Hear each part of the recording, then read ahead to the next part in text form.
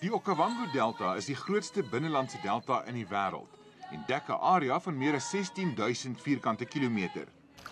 Die rivier ontspring in die Angolese hooglande, vanwaar dit meer as 1000 kilometer ver vloei deur Namibië tot in Botswana. Wat vandag bekend is as die Makgali soutpanne, was miljoene jare gelede 'n reuse meer waarin die Okavango rivier uitgemond het. Hierdie wêrelderfenis en Ramsar vleiland huisves 150 soogdierspesies, meer as 500 voëlsoorte en sowat 90 visspesies. Om nie te praat van al die insekte, plante en ander biodiversiteit wat hier voorkom nie.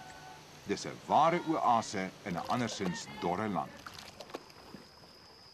Dis in die laat 60er jare, toe die Botswana regering agtergekom het dat daar 'n al hoe groter aanvraag is van toeriste wat na Botswana toe wil kom, nie net om te kom jag soos vroeër nie, maar om die wild te kom geniet en om te kom foto's neem.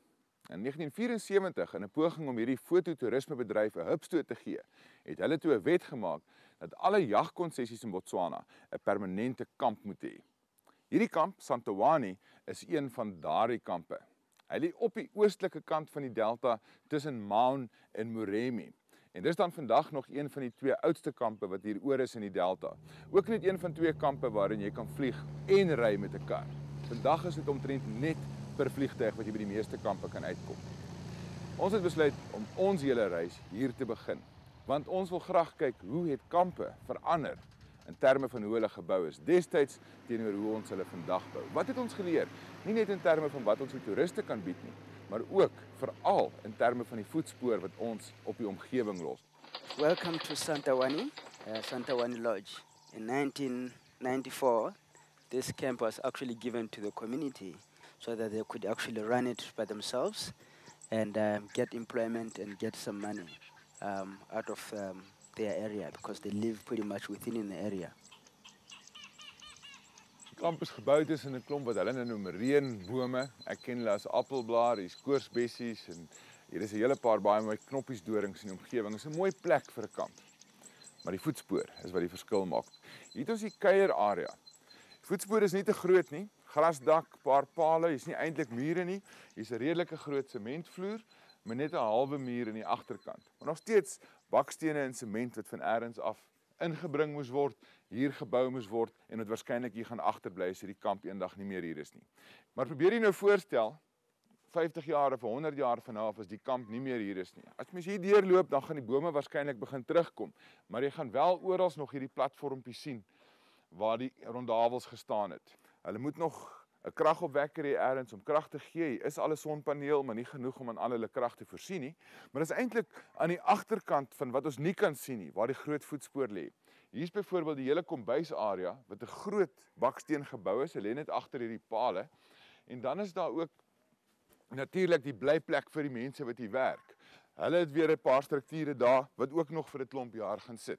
Die paadjies sal toegroei met tyd. Gelukkig is dit nie geplafei soos wat mense in baie kampe in Suid-Afrika sien nie, en hulle sal maklik weer verdwyn. Maar dis 'n ou kamp hierdie. Deesdae word dinge anders gedoen. Die nuwe kampe is solar, daar is rommelverwydering. Ons laai dit op in die ligte vliegtuig, ons vlieg dit uit die Okavango uit.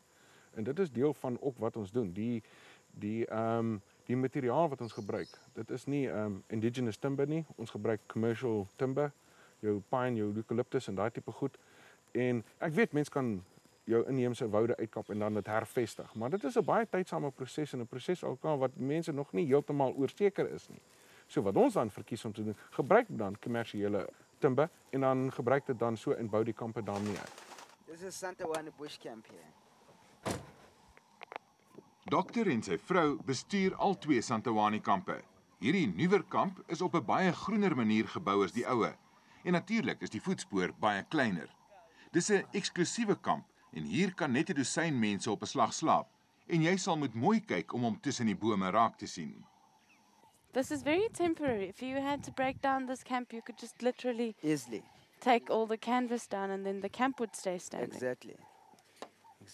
If we have to break down, this will be a natural thing within a week. You won't actually tell any difference here. So they just pick this up, no cements. Now have a look at this. This is your shower? And this, you see the bucket shower. So what we do is you bring this down Okay.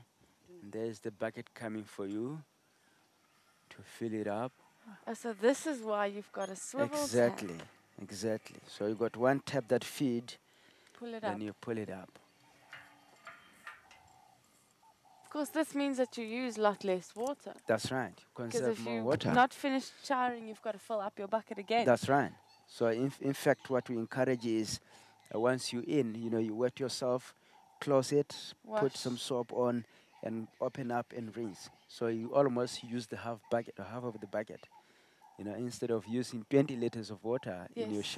normal shower rolls, you cut that in half or in quarter. This is very, very nice. More natural. And what we do is, obviously, we don't have a generator, but we still got some lights. So we put a paraffin lamp here, another one outside, another one into the loo. So which, goes on the whole night. Die beste deel van hierdie boskamp is dat 'n baie groen voetspoor het. Water word warm gemaak deur sonkrag, daar word parafienlampies gebrand in die nag. Sonkrag word ook opgewek vir 'n paar liggies. As jy moet oppak en skuif, dan is daar niks wat oorbly nie. Alles is gemaak uit materiaal reg uit die omgewing uit.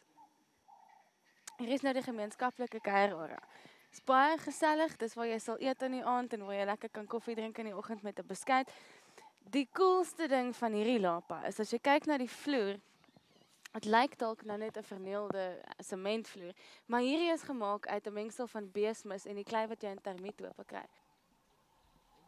Naas mynbou is toerisme vandag die tweede grootste ekonomiese sektor in Botswana. Die regering is bewus van die druk wat toeriste op 'n sensitiewe omgewing plaas en om dit oor 'n langtermyn volhoubaar te maak, volg hulle 'n beleid van minder mense teen duurder pryse. Teenoor die kleurwiltuin se meer as 1 miljoen besoekers per jaar, kry die Delta maar net sowat 120,000. Boonop moet kampe deesdae ook 'n nuwe, groener denkwyse aanneem en hulle impak op hierdie delikate ekosisteem minimaliseer. Ek is vandag meer oortuig as ooit van tevore dat dit is die enigste manier is volhoubare toerisme. Want as ons dit nie doen nie, kyk ons na 'n omgewing wat my kinders en my kleinkinders definitief nie gaan na kyk soos wat ons vandag hier sit nie. Dit is verseker. So tell me, Leno, why this lodge is green, different to other lodges? In this lodge, as you can see, most of the building materials are local. The only material which is being imported is the gum poles and also some of the planks for the floor, but the rest, like the grass for the roof, we get it from the village, which is a local village nearby. And also the ridge wall is the ridge that we also get from this area. You've got no windows, there's no glass. Yeah, the main reason for that is because we are very eco-friendly. We just decided to do a different style compared to other lodges in the Delta. Delta Kamp, wat in die hartjie van die Okavango sit, kan net 14 gaste in 7 riethuisies akkommodeer, wat gebou is uit plaaslike materiaal. Alles word ook hier herwin en sonkrag laai batterye wat elke huisie se liggies laat brand. Die toerist kry ook 'n egte ervaring as die gidse wat uit hierdie omgewing uitkom, hulle boskennis deel. Maar alhoewel hierdie kamp al meer as 30 jaar gelede gebou is, voor ekotourisme mode geword het, het Pieter, die eienaar, destyds al 'n groener uitgangspunt gehad. I didn't really feel that it could be improved in any way, the environment. So we tried to blend in as much as possible. We tried to give people what they need in terms of comfort without imposing ourselves on the environment any more than we need to. As you know, we don't use any form of motorized transport here. We don't have vehicles, we don't game drive, we don't use motorboats. And you can enjoy it in complete silence and without making any noise, as well as without making any lasting impact on the environment. Dit is ook een van die groot dinge van die toerismebedryf. Almal is daar om 'n goeie produk uit te sit en 'n ervaring vir die kliënte. Jy weet, en soos hoe meer weet die deure oopgaan in hierdie wêreld van globalization, vind ek dink die safari mark in Suidelik en ook in Oos-Afrika kompeteer teen markte soos in die Verre Ooste. Jy weet, hulle is baie makliker, hulle het baie groter afslag in terme van so safaris is eintlik in Afrika is eintlik in 'n baie kritiese fase van ontwikkeling. Nie net in Botswana of Suid-Afrika, maar oor die algemeen. Want ons kompeteer teen lande met Dubai, is 'n baie goeie voorbeeld. Jy weet, gesinsvakansie. Weet jy kan vandag dit allerlei snaakse pakkette kry na Dubai vir baie goedkoop.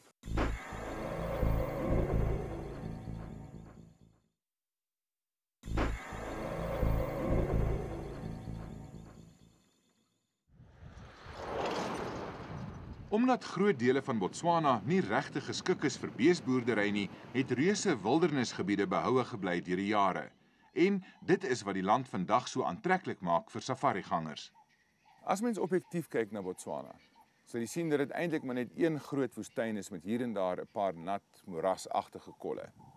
Dis baie muskiete, tsetsefvliee en ander redes wat gemaak het dat dit nog nooit eintlik 'n aantreklike plek was vir mense om te kom bly nie. En teen die tyd wat hulle in 1966 onafhanklik geword het, was hier nie eers 20 km se teerpad in die hele Botswana nie.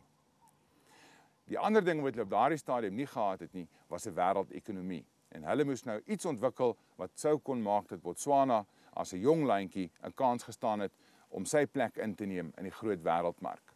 Omdat die meeste mense wat hier gebly het maar bestaans beesboere was, is daartoe besluit om te kyk na die uitvoermark vir beesvleis. Om dit te kon regkry, moes hulle egter die beeste en die wild van mekaar begin skei. Dit sou beteken dat daar minder gevaar was van siektes soos back and claw en ander probleme wat mens kry wanneer wild en beeste deur mekaar loop. Die voordeel daarvan vir die mense was, hulle was nou verseker van die beter weidingsgebiede en water wat wel beskikbaar is in hierdie dorre gebied, terwyl die ander kant is dat die wildernisareas groot was. Van die grootste in die wêreld, 85% van Botswana se landoppervlak vandag nog word beskou as wildernisgebied. Ongelukkig is dit nou nie alles rooskleurig vir die omgewing nie, want net soos die mense en die beeste, het die diere in die natuur ook toegang tot water nodig. En om hier te oorleef, moes hulle maar altyd trekdiere wees, al agter die water aan. En van die heininge wat nou gespan is om mens en dier uitmekaar te hou, het ook van hierdie groot migrasieroutes afgesny, sonder dat daar enigstens belê is in genoeg mensgemaakte suipings of sonder dat daar 'n ander plan gemaak is om hierdie diere van genoeg water te voorsien. En daarom is daar histories maar van tyd tot tyd groot wildvrektes binne in hierdie wildernisgebiede. Menuakwena is 'n kamp wat op gemeenskapsgrond gebou is op die Boteti rivier, 'n syloop van die Okavango en die een grens van die Makgadikgadi Nasionale Park. Die grond word van die gemeenskap gehuur en hulle doen ook baie om die mense te betrek by hulle besigheid. Hulle het ook eksklusiewe toegang tot 'n klein deeltjie van die park reg voor hulle lodge. In die laat 1990s droog die Boteti toe heeltemal op en die wild kon as gevolg van die heining wat hulle van die beeste af moet weghou, nie by die water wat wel oor was uitkom nie. Net een suiping aan hulle kant van die draad het nog water gehad. En skielik begin die toerismesektor toe direk betrokke raak by bewaring. Hulle begin toe self water pomp na die wild toe. On one occasion we had 5,000 zebra, to put it into perspective, arrive out of the blue. We were pumping for about 1,000, 2,000 zebra. One day 5,000 arrived, all wanting a drink. There was no way we could pump enough water for them. They were here for a few days, but worst of all was hearing hundreds and hundreds of zebra that couldn't get to the water, trying to suck water from the sand. And the wildebeest doing the same thing and kicking each other, and yearlings, anything under a year old was collapsing. And, but the thirst thing was pretty, it was hard to deal with. Yeah, anyway, that's over. But it's going to happen again. That's my question. I mean, what we're seeing is, in other words, tourism getting actively involved in the conservation side, doing something where the conservation guys are struggling to keep their heads above the water, so to speak. No, the efforts we were putting into conservation, totally not the plan. The initial requirement was to put a lot of effort into the community. So we were doing a lot for the community anyway, creating employment and bed night levies, etc. We ended up creating a situation where tourism, as far as we were concerned, was almost not the priority. Die Botetti rivier het in 2008 weer begin vloei en David hulle kon die waterpomp stop. Vandag verklap net 'n paar dooie boomtoppe in die rivier dat die water hier rond nie outomaties 'n gegewe is nie. Now the reality is, and since being here, is we've got to work with the beef industry. We have to understand their situation for tourism to grow, and it needs to grow to benefit more and more people, citizens of Botswana, Africa. And the only way I see that is the creation of corridors using those fences.